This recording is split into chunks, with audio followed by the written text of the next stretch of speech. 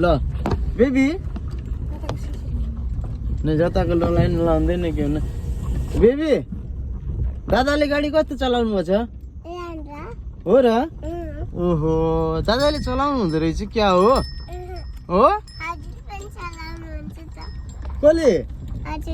मैले त चलाइहाल्छु नि ए छोड्देऊ न यता सिट अहिले बाफ पर्छ क्या फेरि अनि लोकन अहिले खोलम लाग्यो त्यो घर गएर यहाँ दादाले गाडी चलाएको हेर न भनेको हो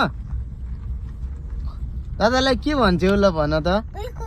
ओ कोल्यो के कोल्यो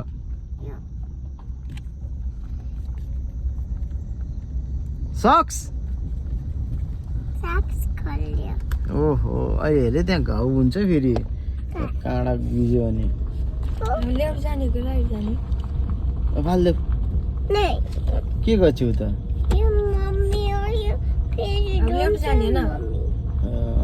रोक्न योपट्टि जाने होइन उताबाट जाऊँ न हल्का ल गाइस मेरो यो पेन्टो छोरी अनि अर्को पेन्टो छोरो अर्को ठुली अब गोलु छोरी अब यस्तै छ छोराले हल्का फुल्का गाडी पनि चलाउन सिकिसक्यो हेर्ने मेरो कमाइ भनेको यही हो अब चाहिँ नि अब हस् के गर्ने त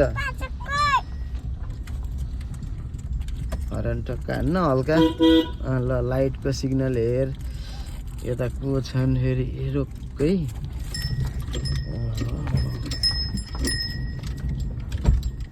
ठिक छ सिधा ओहो ल छोरीले खतरा चलाउँछ के पुरै गाडी त मेरो छोरो पास भइसकेछ तर छोराको माया लाग्छ र मात्रै फेरि बिठाइ गर्छ कि भन्ने मात्रै हो नभए छोरीले गाडी जता नि रोडमा हाइवेमा नि खतरा चलाउँछ दादाले गाडी कता चलाउँछ नि बेबी तर त्यत्रो खतरा चलाउने हुनुहुन्न के होइन बेबी हजुर के छ